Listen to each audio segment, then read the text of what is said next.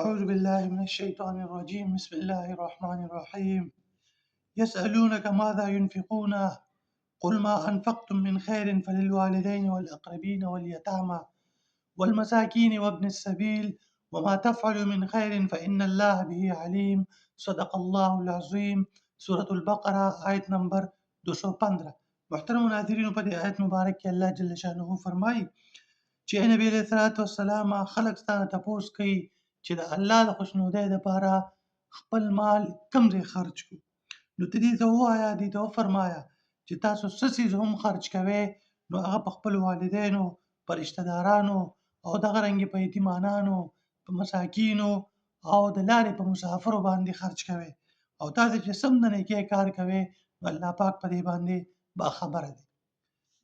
مسلمانانو ناظرینو، الله جل شانه په دې آیت مبارک کې یو ډېر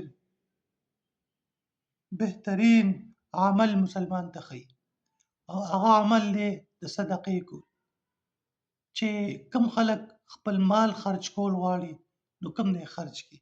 نو د ټولو نه لومبی چې دی په هغې کې الله جل شانه والدین دا فرمایلي دي چې د والدینو په بچي باندې، په اولاد باندې بې انتها حق وي. د پیدایش نه والې تر اخره پورې د ده تربیت، د ده تعلیم، د ده جامه جوړه، د ده ډاکټر، دا ټول والدین کوي. نو والدینو ته په انسانانو کې، په نږدې رشته دارانو کې والدینو ډېر زیات حق دی په اولاد باندې.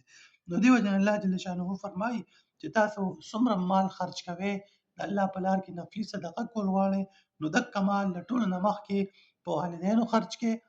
بیا په دویم نمبر نږدې رشته داران دي، په دریم نمبر یتیمانان دي، په څلورم نمبر مسکینان دي، په پنځم نمبر د لارې مسافر دي.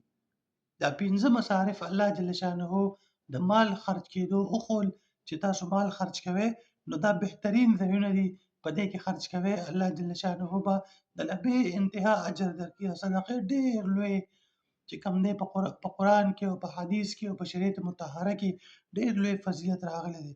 صدقه چې دا د مسلمان یا د انسان ټول مصیبتونه، بلاګانې، تکلیفونه دا لرې کوي. نو الله جل شانه پنځه مصارف وفرمایل او الله جل شانه بیا وفرمایل چې تاسو کوم د نیکۍ کار کوئ نو الله په هغې باندې باخبره دی. غرض د خبرې دا دی، آیت مبارک تفسیر علماو کړی دی چې الله جل شانه د مال د صدقې یا د خیرات یا د پیسې خرج کولو ذکر وکړو، ورپسې د خپل د علیم ذات ذکر وکړو چې زه باخبره یم، زه د هر څه نه باخبره یم. نو نیتونه زما عزتمندو، نیتونه به دغه صدقې ورکولو دوران کې به نیت خالص د الله د رضا وي. مخلوق ته به پکې، خلقو ته پکې، انسانانو ته به پکې څه ریا، څه دکلاوه، دا څیزونه به نه وي. وآخر دعوانا ان الحمد لله رب العالمین.